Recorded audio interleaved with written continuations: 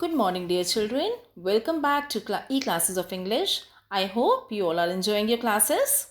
Well, today it's MCB's turn and we are going to study famous poem Daffodils written by William Wordsworth. He was an English poet who was born on 7th April 1770 and died on 23rd April 1850. His famous poems are I Wandered Lonely as a Cloud, The Prelude, and many more. The original title of the poem is I Wandered Lonely as a Cloud. The poem Daffodils is about the beauty of daffodils and how they brought happiness to the poet. Now let us understand the poem line to line. I wandered lonely. This is the first stanza.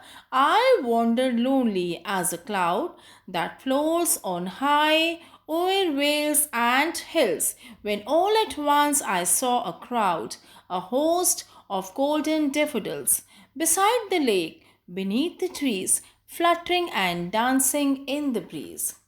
In these lines, poet was traveling aimlessly, just like a cloud over the hills and valleys. At that time, suddenly he came across a large number of golden daffodils beside the lake and under the trees. The flowers were fluttering and dancing in the breeze. The poet compares himself to a cloud. So, this is an example of simile because as is being used for comparison here. Okay, now second stanza.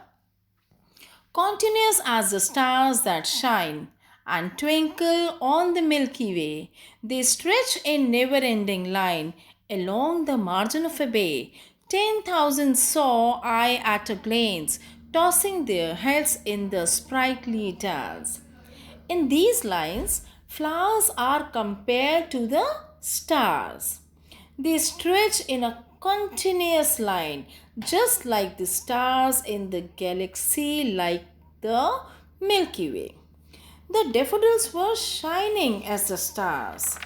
The flowers were visible as far as the poet could see along the shoreline of a bay.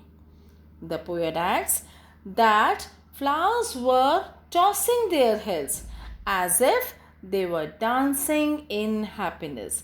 He was amazed at the beauty of the flowers. Now, stanza 3. The waves beside them dance, but they outdid the sparkling waves in glee. A poet could not be but gay in such a jocund company. I gazed and gazed, but little thought what wealth the show to me had brought. It means the waves in the bay were dancing cheerfully.